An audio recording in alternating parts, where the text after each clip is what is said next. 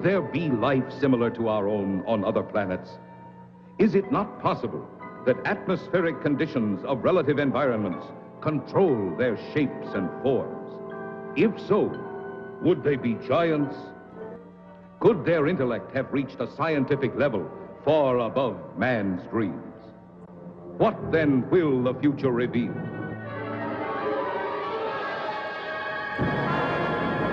On connaît bien nos amis extraterrestres parce qu'ils sont nos voisins galactiques, ou parce qu'on en a beaucoup parlé dans nos livres depuis un siècle, ou parce qu'ils sont venus nous voir, ou parce qu'ils ont amené certains d'entre nous chez eux. Chaque jour, on en découvre de nouvelles espèces. Des grands, des petits, des rouges, des verts, des poilus, des visqueux, bref, on ne s'y retrouve plus, il est temps de mettre un peu d'ordre. Voici donc la première classification systématique du vivant extraterrestre. Les extraterrestres se divisent en deux grands groupes. Les morphes, qui ont une forme, et les amorphes, qui n'en ont pas. Passons vite sur cette dernière catégorie, dont tous les représentants sont invertébrés, azoaires, asexués, sans caractéristiques particulières, bref, très difficile à classifier. On peut le voir avec le sous-embranchement des invisibles, qu'on ne distingue les uns des autres que grâce aux différents accessoires qu'ils veulent bien manipuler. Plus courant et plus facilement observable, les extraterrestres morphologiquement déterminés possèdent des organes qui permettent, et c'est l'essentiel, de les ranger dans des catégories scientifiques. On distingue ceux qu'on appelle les anthropomorphes parce qu'ils ressemblent aux humains qui habitent la planète Terre, les zoomorphes parce qu'ils ressemblent aux animaux qui habitent la planète Terre, et les n'importe quoi morphes qui ne ressemblent à rien et qui résistent à l'analyse scientifique. Parmi les zoomorphes, il existe toutes sortes d'espèces rappelant plus ou moins les animaux terrestres, avec une surreprésentation des insectoïdes, des reptiliens, des crustacés et des mollusques. C'est parmi eux qu'on trouve la sous-classe des tentaculaires organico-métalliques qui a eu son heure de gloire dans les années 1900, vu qu'elle a carrément failli dominer la Terre. Il s'en est fallu de peu. Si un certain Herbert George Wells n'avait pas trouvé un dénouement heureux à cette histoire, on était cuit. C'est que les zoomorphes ont la particularité curieuse de développer dans 100% des espèces connues une agressivité haineuse et inconditionnelle à l'égard d'Homo sapiens.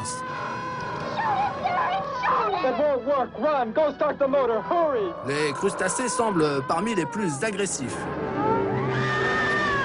Avec les dinosauriens, espèces robustes aux mensurations impressionnantes et qui semblent nourrir une haine particulière contre les immeubles de Tokyo.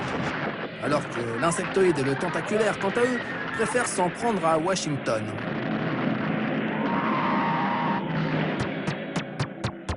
Mais les extraterrestres les plus nombreux et les plus célèbres appartiennent à l'embranchement des humanoïdes. Stupéfiante coïncidence, l'immense majorité des extraterrestres connus a une forme grosso modo humaine. He seems like one of us. Dans l'embranchement des humanoïdes, on distingue ceux qui ressemblent un peu aux humains, ceux qui ressemblent beaucoup et ceux qui ressemblent passionnément. Les premiers sont principalement représentés par la classe des hybrides. Pour faire un hybride, vous prenez une base de bipèdes, deux membres inférieurs destinés à pratiquer la bipédie, et vous mélangez avec diverses espèces généralement répugnantes, avec ou sans bout de métal.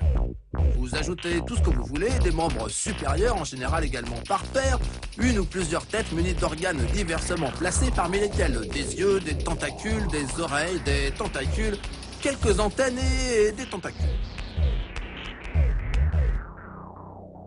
L'immense variété de la famille des hybrides offre un véritable festival de créatures bipèdes, une zooparade, une biopride.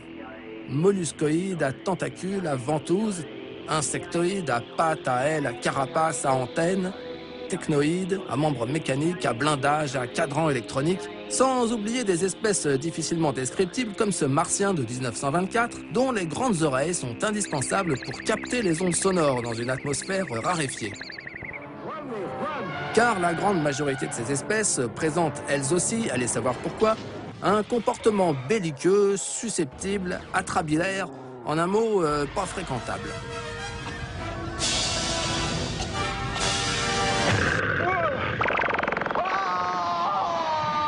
La plupart développent aussi la curieuse propension à s'intéresser de préférence avec une rigueur toute scientifique aux Homo sapiens de sexe féminin. La situation inverse, l'enlèvement d'une jeune et séduisante extraterrestre par un être humain, est beaucoup plus rare.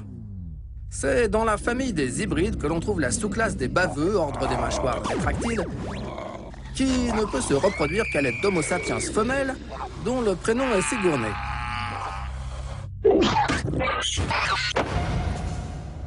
Passons à la classe des extraterrestres anthropomorphes qui ressemblent beaucoup aux humains, les humanoïdes humanoïformes ou proto-humains. C'est dans cet embranchement que se situe la quasi-totalité des espèces d'humeur bienveillante. Et donc c'est exclusivement à ces dernières qu'appartiennent les extraterrestres que quelques Homo sapiens ont eu l'immense privilège de fréquenter lors de rencontres du troisième type. On ne peut que s'en féliciter car ne serait-ce que pour serrer la main, il est bien plus pratique d'en avoir une à sa disposition. Serre-moi la main. La classification des proto-humains se base sur une combinaison de facteurs de taille et de couleur. Passons rapidement sur les grands blancs, être luminescents et de grande taille, supérieurement intelligents mais fragiles et dépourvus de sexualité, ils sont en voie de disparition. Ne nous attardons pas non plus sur les petits rouges qui ont eu une éphémère notoriété avant d'être balayés par une autre espèce particulièrement envahissante. Dans les années 50, les exoprimates microtypes à pigmentation chlorophyllienne, autrement appelés petits hommes verts, ont brutalement proliféré et sont devenus des habitués du tourisme terrien. Comme ils utilisaient le mode de propulsion extraterrestre le plus répandu, la soucoupe volante, ces années-là connurent un pic de fréquentation dans le ciel occidental. Par une amusante coïncidence, c'est dans ces mêmes années que le monde communiste menaçait d'envoyer ses aéronefs sur le monde libre. Ce soudain embouteillage des cieux terriens provoqua nombre d'accidents dont la presse de l'époque s'est largement fait l'écho. Lors de l'un de ces accidents, survenu près de la ville de Roswell au Nouveau-Mexique, une de ces soucoupes livra son contenu. Une créature non pas verte, mais grise. L'autopsie pratiquée ne donna pas le résultat de l'alcotest. D'autres cousins à pigmentation grise mais au caractère franchement détestable ont un moment fait parler d'eux sous le nom de petits gris, avec leur sale manie d'envahir la Terre en douce.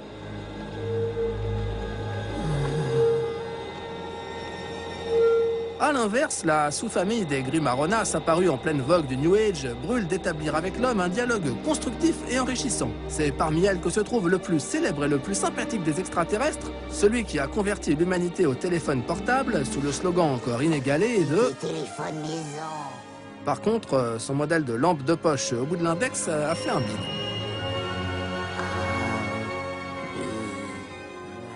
Enfin, dernière catégorie, les extraterrestres à taille humaine, à figure humaine.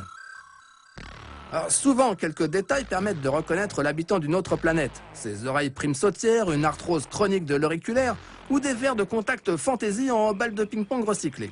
He will spread to every continent and devour every living thing on the surface of the earth. Mais parfois, le mimétisme humain lié à l'étroitesse du budget de la production pousse à l'extrême la ténuité du dimorphisme. I am from another planet. Dans ces familles-là, il ne reste souvent que le costume pour parvenir à les classer. En matière de stylisme extraterrestre, il existe deux grandes tendances, la combinaison moulante et la toge néoclassique.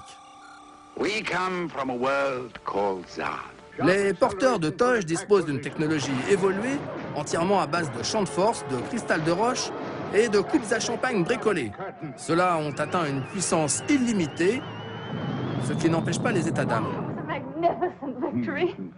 But I'm deeply plagued with regret when I'm forced to destroy. Les porteurs de combinaisons moulantes n'ont rien à leur envier pour ce qui est de l'avance technologique. Mais leurs coupes de cheveux ne sont pas très tendances et ils souffrent d'un singulier manque de savoir-vivre. Well, hello. You are alone?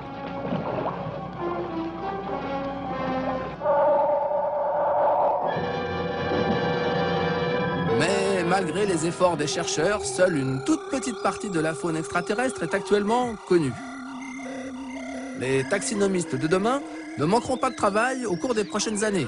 D'autant plus que l'IT d'aujourd'hui est de plus en plus sophistiqué, souvent tout en 3D. Quelles nouvelles espèces venues d'outre-espace nous visiteront dans les années 2010? On aurait tant envie de répondre une vraie pour changer.